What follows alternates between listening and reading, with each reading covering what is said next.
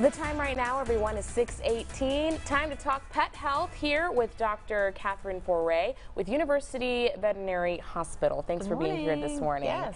Okay, so the first thing I did when I saw her just now was show her my little fur baby, my little kitten Mitten. And, you know, you asked me, have I ever had to give him medicine? And luckily I haven't, but there are a lot of pet parents out there who have. It's so not very easy. Not I easy. myself have struggled with it with one of my dogs. She could spit that thing across the room. And so it's about communicating with your veterinarian and saying, okay, my dog or cat is ill. You're telling me to give medicines.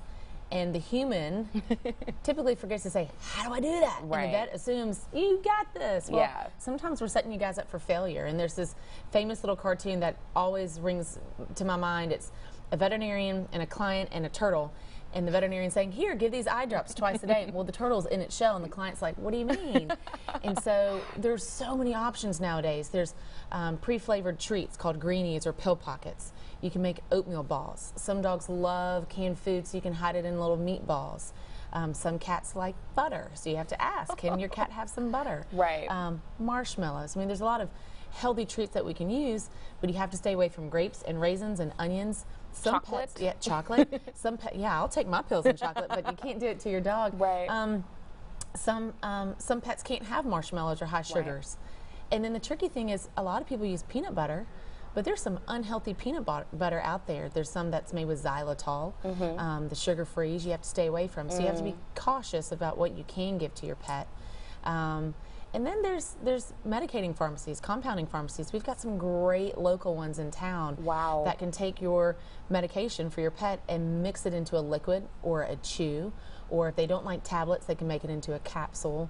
So it's just all about opening lines of communication and asking the nurse and the doctor to show you how to do it. That is incredible. So yeah, that's really the first thing to think about, everyone. Talk to your vet about these things. Yes, you're not alone. Just because the vet can do it easy doesn't mean they don't have patients that they struggle with. I mean, we truly, every once in a while, we'll have a pet that medical boards because they're very difficult for the owner to give medicine to, and we need to give it for 3 or 4 days and get that treatment started. Sometimes you have to give the pet anti-anxiety medications. Yes. The big thing is, don't chase your pet around and don't make it a miserable thing and pull them from underneath the bed and say, take this pill.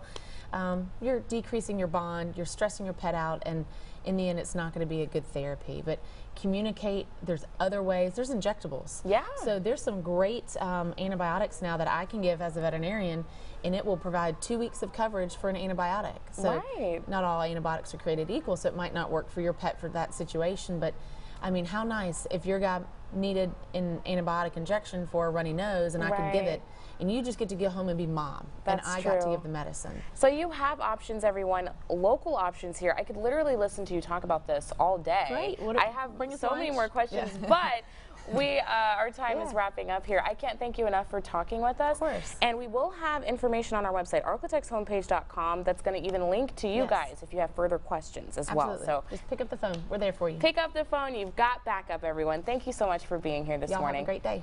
Thank you. And you guys stay with us because Patrick's back with a quick check of the forecast after the break.